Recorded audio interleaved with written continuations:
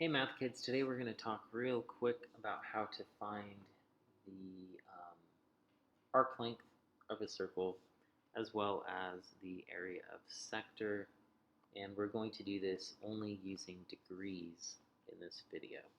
So if you have a circle, so first off, what is arc length? So if we have a circle, this is the radius, and then you draw another radius, and you have an angle right here. The length of the circle just from here to here is called the arc length.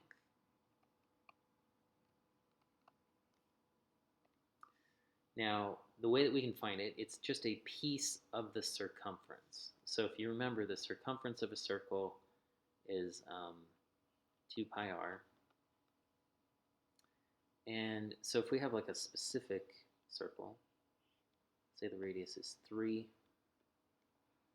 and let's say this is a 30-degree angle. What we're going to do first is just find the circumference. We're not going to worry about that 30-degree angle. We're going to find the entire outside of the circle, like the perimeter of the circle. And to do that, we just say 2 times pi times 3. And in this case, the circumference is going to be 6 pi. Okay? Once again, that is the entire outside. Now, what if we only want this portion, though, which we're calling an arc length? Well, what we need to think about is an entire circle is 360 degrees, and so we want to know which fraction of the circle we have. And so if we take 360 degrees, divide it by 30, let's open up a calculator to help us on this one. Okay, so we have 360 divided by 30, and that gives us 12, and I should have known that, but oh well.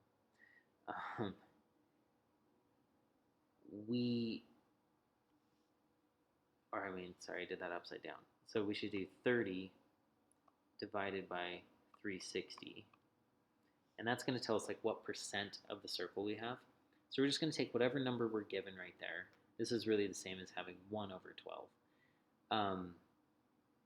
But we're going to multiply that number by our circumference, and that's going to give us our arc length. And so we times that by 6 pi, and we get 1.57. So our arc length is 1.57. And once again,